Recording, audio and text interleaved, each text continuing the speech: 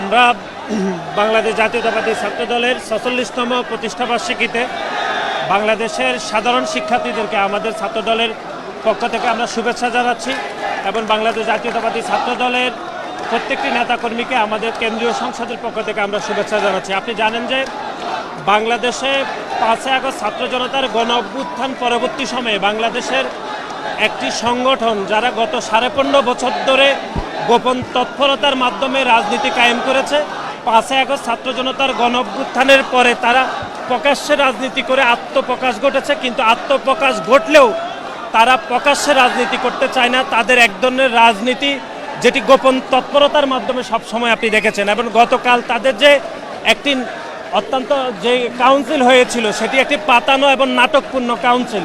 কারণ আপনারা দেখেছেন কারা নেতৃত্বে যাবে সেটি পূর্ব নির্ধারিত, এবং আমাদের ছাত্রদলের একজন ছাত্রদলের কর্মী হাবিবুর রহমান, যিনি ঢাকা বিশ্ববিদ্যালয় আমাদের ছাত্রদলের নেতা, তিনি আগেই এটি পূর্ব অনুমান করেছেন সামাজিক যোগাযোগ মাধ্যমে যে কারা নেতৃত্বে আসবেন, ঠিক সেরকম নেতৃত্ব আসলে আসা হয়েছে। সুতরাং গত 15.5 বছর ধরে তো একটি প্যাসিবাদ ছিল, কিন্তু এখন তো আর কোনো প্যাসিবাদ নাই।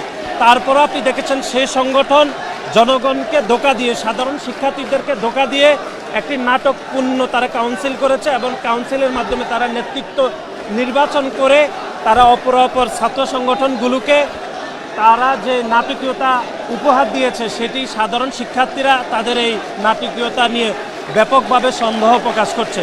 আমরা মনে করছি 21 শতক উপযোগী একটি মেধাভিত্তিক ছাত্র রাজনীতি বিনির্মাণে বাংলাদেশ জাতীয়তাবাদী ছাত্রদল গত 5 দশকেরও বেশি সময় ধরে প্রকাশ্যে প্যাসিবাদের বিরুদ্ধে আন্দোলন সংগ্রাম করেছি।